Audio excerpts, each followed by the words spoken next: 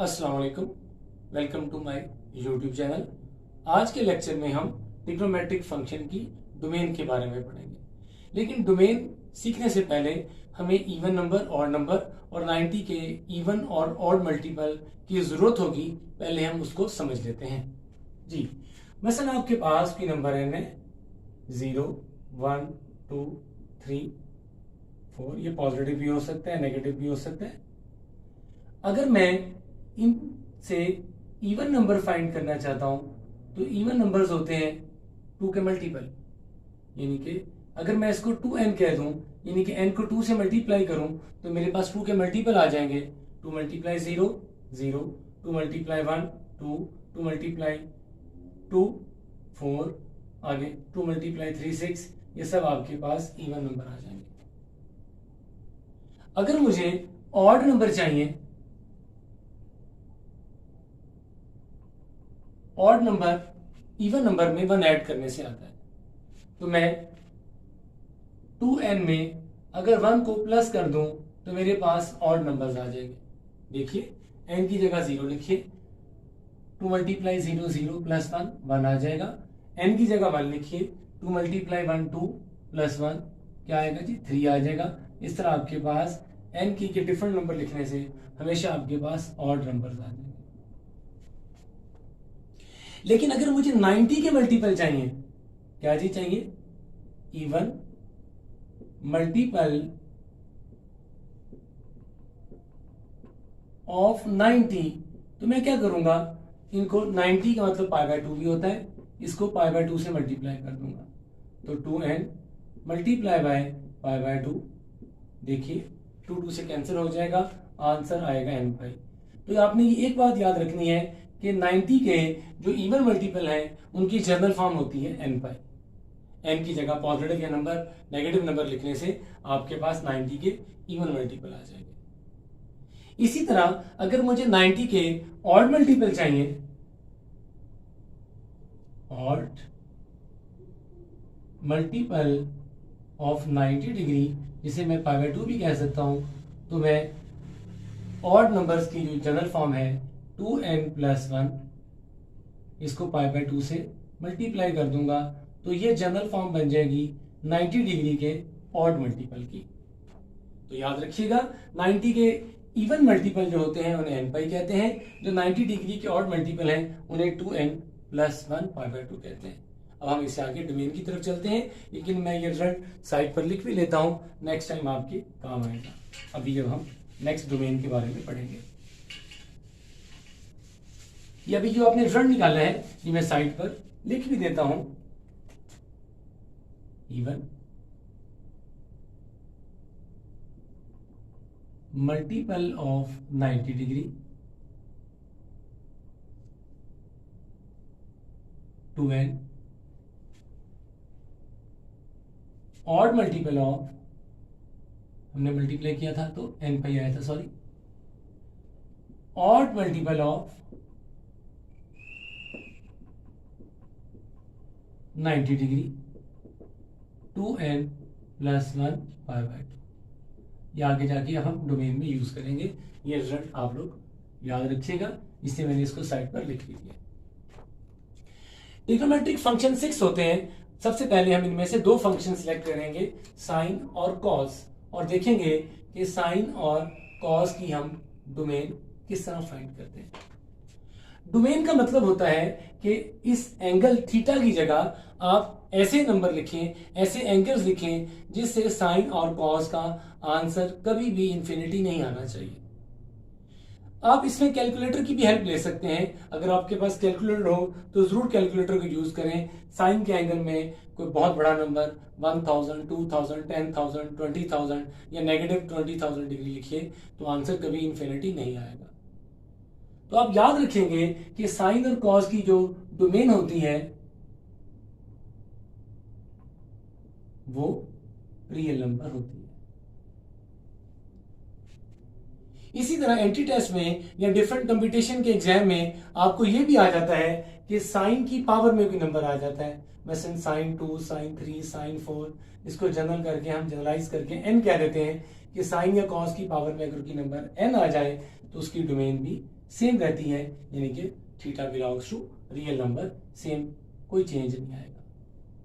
बाज़ दफा आपके पास साइन या कॉस के एंगल के साथ कोई नंबर मल्टीप्लाई हो जाता है, एन, कैपिटल एन का मतलब एनी कांस्टेंट, नेगेटिव पॉजिटिव।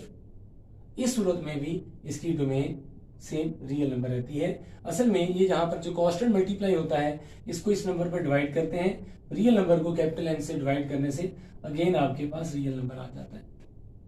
याद रखिएगा, यहाँ कैपिटल एन का मतलब था कोई नंबर, मसलन साइन 3 थीटा की डोमेन फाइंड करें तो वो भी रियल नंबर होगी, और यहाँ एन का मतलब था इसकी एग्जांपल में मसलन साइन 3 थीटा, इसकी डोमेन फाइंड करें तो वो भी रियल नंबर होगी। तो 6 ट्रिग्नोमेट्रिक फंक्शन में से आपने देखा साइन और कॉस की डोमेन हमेशा रियल नंबर होती है। अब हम नेक्स्ट डोमेन पर चलते हैं। अब हम सीकेंट और टैन की डोमेन के बारे में सीखेंगे।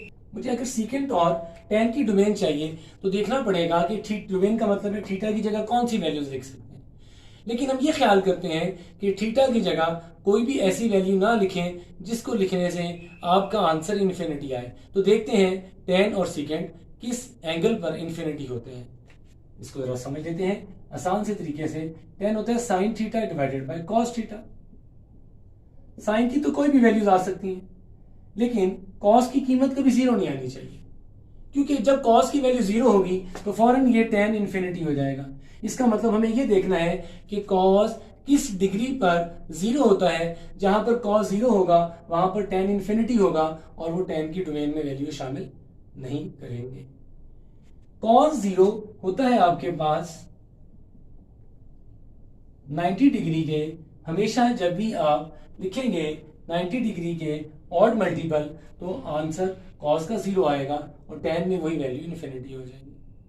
हम पहले ही समझ चुके हैं 90 के ऑड मल्टीपल को लिखते हैं 2n, यानी कि 90, 270 बेसिक ये एंगल होंगे। ये 90 के ऑड मल्टीपल है, 90 को 1 से मल्टीप्लाई करें 90 को 3 से मल्टीप्लाई करें 270। इसकी जनरल फॉर्म बनती है 2n प्लस 1/2, जो कि मैं आपको पहले ही समझा चुका हूं।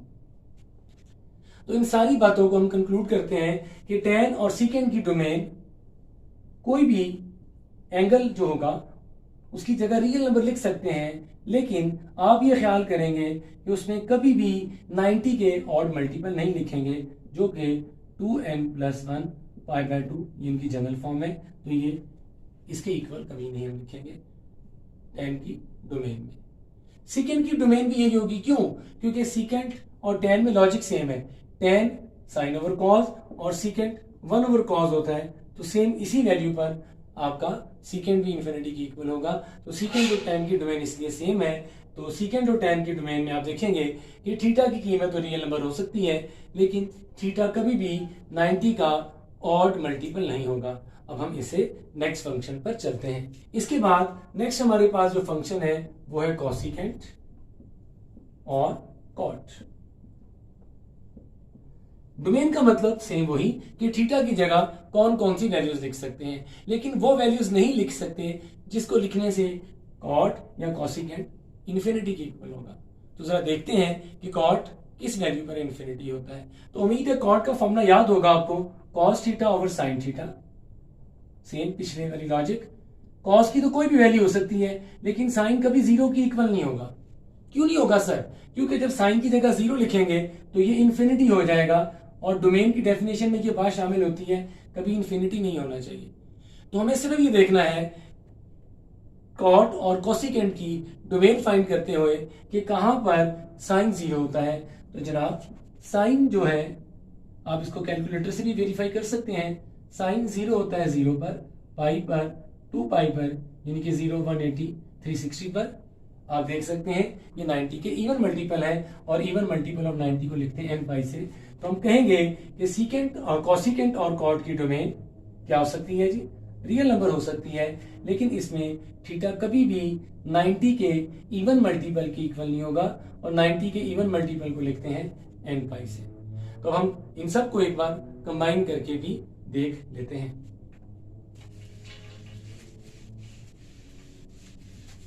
देखिए हमारे पास पहला फंक्शन था साइन कॉस इनके एंगल में कोई वैल्यू आ जाए एन थीटा,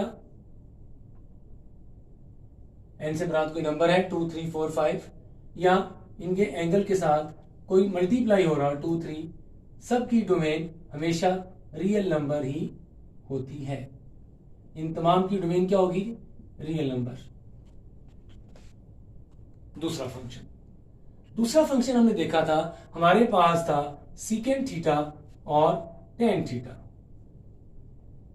हमने देखा था कि सीकेंट और टेन में जो थीटा की वैल्यू है वो रियल नंबर तो होती है, लेकिन थीटा में कभी भी 90 डिग्री के ऑड मल्टीपल नहीं लिख सकते, और 90 के ऑड मल्टीपल है 2n + 1 π/2। कभी भी हम इसमें 90 के ऑड मल्टीपल नहीं लिख सकते। इसी तरह अगर यहां पर सीकेंट की पावर में नंबर 2 3 4 आ जाए, स्मॉल n कर देते हैं, या टेन की पावर में स्मॉल नंबर आ जाए 2 sine square sine cube secant ten cube की वैल्यू आ जाए, इसकी डोमेन फाइंड करें तो सेम यही होगी, यानी कि इसमें कोई चेंज नहीं आएगा। तो जनाब चेंज आएगा कहां पर?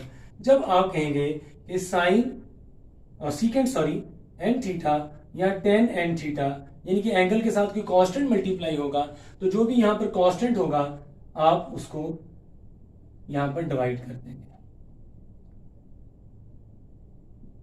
मसलन अगर मेरे पास n की जगह यहां पर 3 आ जाए, तो यहां पर 3 की जगह मल्टीप्लाई करेंगे 2 से, तो 2n + 1 π/2 6, यानी कि tan 3x की डोमेन होगी कि theta belongs to real number, लेकिन थीटा कभी भी इसके इक्वल नहीं होगा 2n + 1 π/6। और आखिरी फंक्शन जो हमारे पास था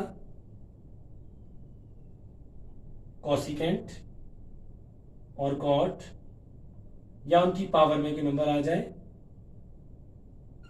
कॉसिकेंट एन थीटा या कॉट एन थीटा, तो हमने देखा इनकी डोमेन क्या होगी? Theta belongs to real number, लेकिन थीटा कभी इक्वल नहीं होगा 90 के इवन मल्टीपल के, जो कि n पाई से होता है। और अगर यहां पर इनके एंगल के साथ कोई नंबर मल्टीप्लाई हो रहा हो, 2 3 4 कोई नंबर मल्टीप्लाई हो रहा, तो उसी नंबर को यहां पर डिवाइड कर देंगे। तो इस तरह हमारे पास ट्रिग्नोमेट्रिक फंक्शन की डोमेन का टॉपिक कवर हो गया। हम डिफरेंट, अब इसकी थोड़ी कॉम्प्लिकेटेड एग्जांपल्स करते हैं कि अगर डिफरेंट क्वेश्चन आ गए एंटी टेस्ट में तो हम उनको कैसे सॉल्व करें। जी बेटा, अब हम 3 एग्जाम्पल को देखते हैं कि अगर कहीं हमें एंटी टेस्ट में ये क्वेश्चन आ गए कि इनकी डोमेन फाइंड करें, तो हम इनकी डोमेन कैसे फाइंड करेंगे। अभी हमने देखा कि साइन या कॉस में एंगल के साथ कोई नंबर मल्टीप्लाई हो प्लस माइनस हो, तो किसी भी सूरत में कोई चेंज नहीं आता। तो पहले क्वेश्चन की डोमेन तो बड़ी सिंपल है कि हम कहेंगे वेरिएबल थीटा की जगह x है तो रियल नंबर, यानी कि साइन और कॉस में यहां पर जो मर्जी फंक्शन आ जाए हम सिंपल उसकी डोमेन रियल नंबर लिखेंगे।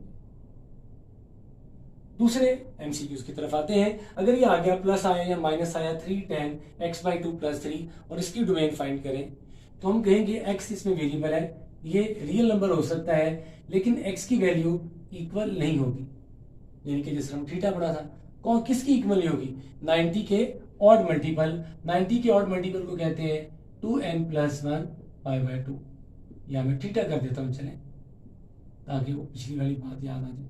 और यहां पर थीटा से मुराद एंगल क्या आपके पास x/2 + 3, तो थीटा की जगह उसकी वैल्यू लिख दें। अब इसको सिंप्लीफाई करके आप x की वैल्यू फाइंड कर लें, तो आपके पास इस फंक्शन की वो डोमेन आ जाएगी कि x की ये वैल्यू नहीं लिख सकते इस फंक्शन के अंदर। 3 tan x/2 + 3, शुरू में प्लस माइनस कुछ भी हो सकता है। सिंप्लीफाई करते हैं, दोनों का एलसीएम ले लेते हैं। जी उम्मीद है आप एलसीएम लेना जानते हैं। 2 को 2 से कैंसिल कर दें, ये +6 उधर जाके माइनस हो जाएगा, तो x की कभी वैल्यू इक्वल नहीं होगी 2n + 1 π-6। तो ये आपका इस क्वेश्चन की डोमेन आ चुकी है कि x की वैल्यू रियल नंबर होगी, लेकिन x कभी 2n + 1 π-6 के इक्वल नहीं होगा। तीसरे क्वेश्चन पर आते हैं। बेटा तीसरा क्वेश्चन है कि इस फंक्शन की डोमेन फाइंड करें -7/3 cot x/2। कॉट, आपको याद आ जाएगा कि कॉट का मतलब होता है कि इसकी डोमेन में कभी भी 90 डिग्री के हम इवन मल्टीपल नहीं लिखेंगे। Theta belongs to real number, ये याद किया था ना जी, and theta is not equal to n pi. Theta की जगह लिख दें उसकी वैल्यू 2x/3, सॉल्व करके हम x की वैल्यू फाइंड कर लेंगे। 3 मल्टीप्लाई हो जाएगा और 2 डिवाइड हो जाएगा, तो x की वैल्यू आ जाएगी कि x कभी भी इक्वल नहीं होगा 3n/2 के, और x रियल नंबर है लेकिन x कभी भी इसके इक्वल नहीं होगा 3n+1। तो आपने इस फंक्शन की डोमेन फाइंड कर ली। रेंज के लिए आप इंतजार कीजिएगा, नेक्स्ट वीडियो इंशाल्लाह हम जल्दी अपलोड करेंगे, उसमें आप रेंज के बारे में सीखिएगा। अगर आपको ये अच्छी तरह समझ आया हो, और उम्मीद है आपको बड़ा अच्छा समझ आया होगा इंशाल्लाह, अगर मज़ीद भी कोई कन्फ्यूजन हो तो आप नीचे कमेंट्स बॉक्स में क्वेश्चन पूछ सकते हैं। हमारे चैनल को आप सब्सक्राइब करें ताकि नेक्स्ट जो भी आपको वीडियोज़ आएँ वो आपको मिलती जाए। थैंक यू, जज़ाकल्लाह।